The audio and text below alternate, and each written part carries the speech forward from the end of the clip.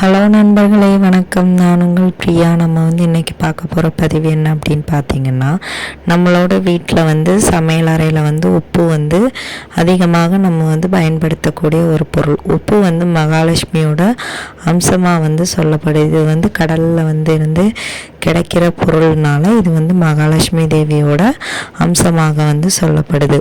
உப்பை நம்ம வீட்டில் உப்பும் எண்ணெயும் சேர்த்து வைத்தோம் அப்படின்னா நம்ம வீட்டில் எண்ணெய் அது அப்படி வைக்கிறதுக்கு என்ன பலன்கள், வேறு ஏதாச்சும் நம்மளுக்கு அது நல்ல விஷயமா இல்லை கெட்ட விஷயமா, ஏதாச்சும் கெட்டது நடக்குமா, அப்புறம் நம்ம உப்பு வைக்கிறதுக்கான கரெக்டான திசை எது, எந்த திசையில் வச்சா நம்மளுக்கு மகாலட்சுமி தேவியோட அருள் கிடைக்கும், அப்புறம் உப்பு எண்ணெய் இது இரண்டும் பக்கத்தில் வைக்கலாமா, இந்த மாதிரி கேள்விகளுக்கு தான் நம்ம இந்த பதிவில் விடை பார்க்க போகிறோம்.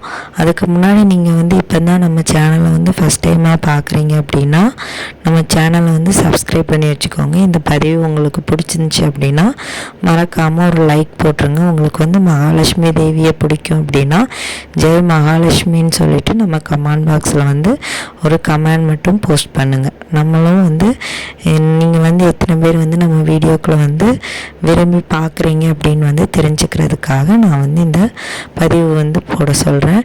ஸோ மறக்காமல் போட்டுருங்க. நம்ம இப்போ பதிவுக்குள்ளே போயிடலாம். இப்போ நான் முதலே சொன்ன மாதிரி உப்பு மகாலட்சுமி தேவியோட அம்சம் அப்படின்னு சொல்கிறாங்க. ஒரு வீட்டில் உப்பு எவ்வளவுத்துக்கு எவ்வளோ குறையாமல் இருக்குதோ அந்த அளவுக்கு அந்த வீட்டில் சகல விதமான செல்வங்களும் குறைவில்லாமல் இருக்கும் அப்படின்னு சொல்லப்படுது. ஒரு சில பேர் பார்த்திங்கன்னா பூஜை அறையில் கூட உப்பு வச்சு யூஸ் பண்ணுவாங்க. அதுவும் ஒரு விதமான தவறுமே கிடையாது. சாமிக்காக தனியாக உப்பு வச்சு நம்ம வழிபாட்டுக்காக யூஸ் பண்ணிக்கலாம்.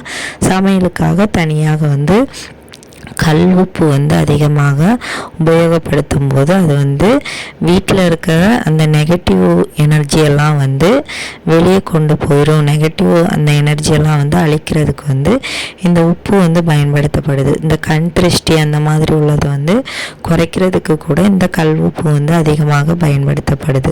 அப்புறமா இந்த வீட்டில் பாசிட்டிவ் வைப் அதிகமாக ஆக்குறதுக்கு இந்த கல் உப்பு நம்ம வீட்டில் அதிகமாக உபயோகப்படுத்தணும் அப்படின்னா கண்டிப்பாக அது நடக்குது அப்படின்னு சொல்கிறாங்க. இது உண்மையான ஒரு விஷயந்தான்.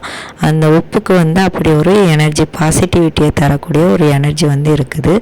அதே மாதிரி உப்பு குறைவில்லாத செல்வமாக இருந்துச்சு அப்படின்னா நம்ம வீட்டில் செல்வ செழிப்புக்கும் எந்த விதமான குறைவும் இருக்காதான்.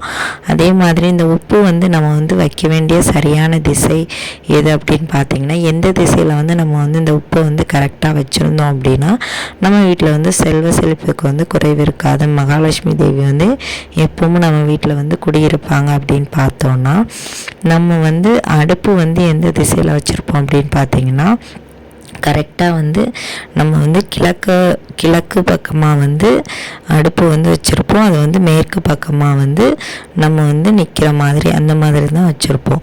இப்போ நம்ம சமையல் பண்ணும்போது நம்ம கிழக்கு திசையை பார்த்து நிற்கிற மாதிரியும் அந்த தீ எரியிறது மேற்கு திசையை பார்த்து இருக்கிற மாதிரியும் தான் நம்ம வீட்டில் எல்லார் வீட்லேயும் அடுப்பு வச்சுருப்போம்.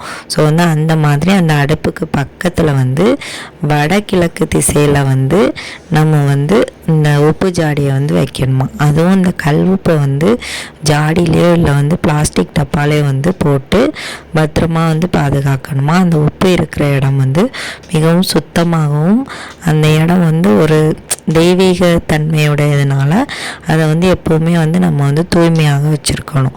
அதுக்கப்புறமா இது அடுப்புக்கு பக்கத்துலேயே எப்போவுமே இருக்கணுமா உப்பு. அதே மாதிரி ஒரு சில பேர் உப்புக்கு பக்கத்தில் எண்ணெயெல்லாம் வச்சுருப்பாங்க. அது எண்ணெயாக இருந்தாலும் பரவாயில்லை. உப்புக்கு பக்கத்தில் எண்ணெய் வைக்கிறது நல்ல விஷயமா கெட்ட விஷயமான்னு கேட்டால் அது மிகவும் ஒரு நல்ல விஷயமா. அது நம்ம அப்படி வைக்கும்போது நம்ம வீட்டில் இன்னும் செல்வ வளங்கள் அதிகமாக இருக்குமா. உப்பும் எண்ணெயும் பக்கத்தில் வைக்காமல் பிரித்து வச்சுருந்தீங்க அப்படின்னாலே உங்கள் குடும்பத்தில் நிறைய விதமான கஷ்டங்கள் வருமா. கணவன் மனைவிக்குள்ளே ஒரு ஒற்றுமைங்கிறது இல்லாமல் இருக்குமா. நீங்கள் இந்த மாதிரி பக்கத்தில் வைக்கும்போது கணவன் மனைவிக்குள்ளே நல்ல ஒரு ஒற்றுமை இருக்கும் அப்படின்னு சொல்லப்படுது. உங்கள் வீட்டில் வந்து நீங்கள் வந்து எந்த மாதிரி வந்து வச்சுருக்கீங்க அப்படின்னா, நீங்கள் வந்து தெரியாமல் வச்சுருந்தீங்க அப்படின்னா இப்போ இந்த பதிவை பார்த்ததுக்கப்புறமா நீங்கள் வந்து தெரிஞ்சுக்கோங்க. இது வந்து ஒரு பயனுள்ள தகவலாக இருந்துச்சு அப்படின்னா மறக்காமல் ஒரு லைக் பண்ணுங்கள். இந்த வீடியோவின் முழு பதிவை பார்த்ததற்கு மிக்க நன்றி.